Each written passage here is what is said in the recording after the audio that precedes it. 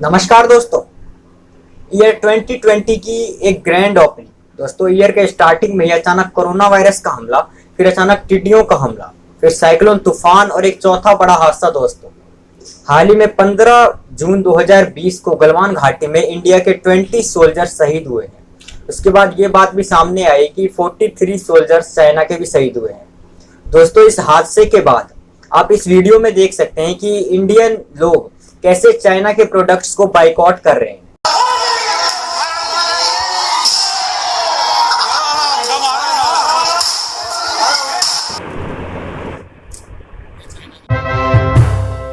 दोस्तों गलवान नदी अक्साई चीन क्षेत्र में उत्पन्न होती है, इसलिए चाइना इसे अपना मानती है क्योंकि ये क्षेत्र चाइना के कब्जे में है और इंडिया के सिर्फ एक क्षेत्र में ये गलवान नदी बहती है, इसलिए इंडिया इसे अपना नदी मानती है। दोस्तों इससे पहले मैं बता दूं कि ये नदी जो कि काराकोरम के ईस्ट में सामजुमलिंग के पास स्टार्ट होती है और वेस्ट में बहकर श्योक नदी में मिल जाती है।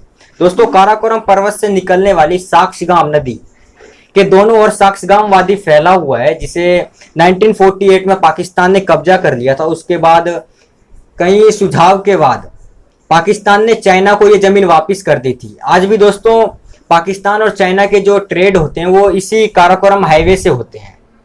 मैं बता दूं कि 1967 में सिक्किम के नाथुला में एक ऐसा ही हादसा हुआ था जिसमें इंडिया के कम से कम 80 जवान और चाइना के लगभग वही 300 के आसपास जवान शहीद हुए थे। दोस्तों आज आप देख सकते हैं कि लगभग 43 इयर्स के बाद ये वापस दोहराया है, ये हादसा वापस हुआ, इससे पहले आज तक नहीं हुआ था। दोस्तों कोई न्यूज एजेंसी के अकॉर्डिंग ये बात सामने आई कि इनमें से कुछ जवानों की मौत हाइपोथर्मिया यानी कि काफी ठंड होने की वजह से, शरीर का टेम्परेचर कम हो जाने की वजह से हुई। और उसके बाद ये बात सामने आई कि कुछ जवानों को बेरहमी के साथ तार लगे हुए डंडे से पीटा गया। आप ये वीडियो भी देख सकते हैं जिसमें राहुल गांधी जी पूछ रहे हैं कि सेना को निहत्थे क्यों भेजा गया, बिना हथियार के साथ क्यों भेजा गया। भाई और बहनों, चीन ने हिंदुस्तान के शस्त्रहीन सैनिकों की हत्या करके एक बहुत बड़ा अपराध किया है। मैं पूछना चाहता हूं, इन वीरों को बिना हथियार खतरे की ओर किसने भेजा और क्यों भेजा? कौन जिम्मेदार है? और फिर इस ट्वीट का रिप्लाई करते हुए एक नेता ने कहा कि सेनाओं को बंदूक के साथ भेजा गया था लेकिन उन्हें बंदूक चलाने की इजाजत नहीं दी गई थी। दोस्तों मैं बता दूं कि हमारे देश के प्रधानमंत्री नरेंद्र मोदी जी ने कहा कि हमारे जवान मारते मारते मरे हैं। ये वीडियो भी आप यहां देख सकते हैं कि वे मारते मारते मरे, मारते मारते मरे। दोस्तों हम यहाँ किसकी माने? हम यहाँ मीडिया की भी नहीं मान सकते और अगर पॉलिटिकली देखा जाए तो हम इनकी भी नहीं मान सकते क्योंकि दोनों में से कोई भी सही न्यूज नहीं बता रहे हैं पब्लिक को। दोस्तों आप ये वीडियो यहाँ देख सकते हैं कि इसमें आज तक वालों को कुछ पता ही नहीं कि वो क्या बोले जा रहे हैं, जिसमें भारतीय सेना ने बताया है कि कम से कम 20 जवान भारत के शहीद हो गए हैं और भारतीय सेना उन शहीद जवानों के नाम भी सार्वजनिक करेगी।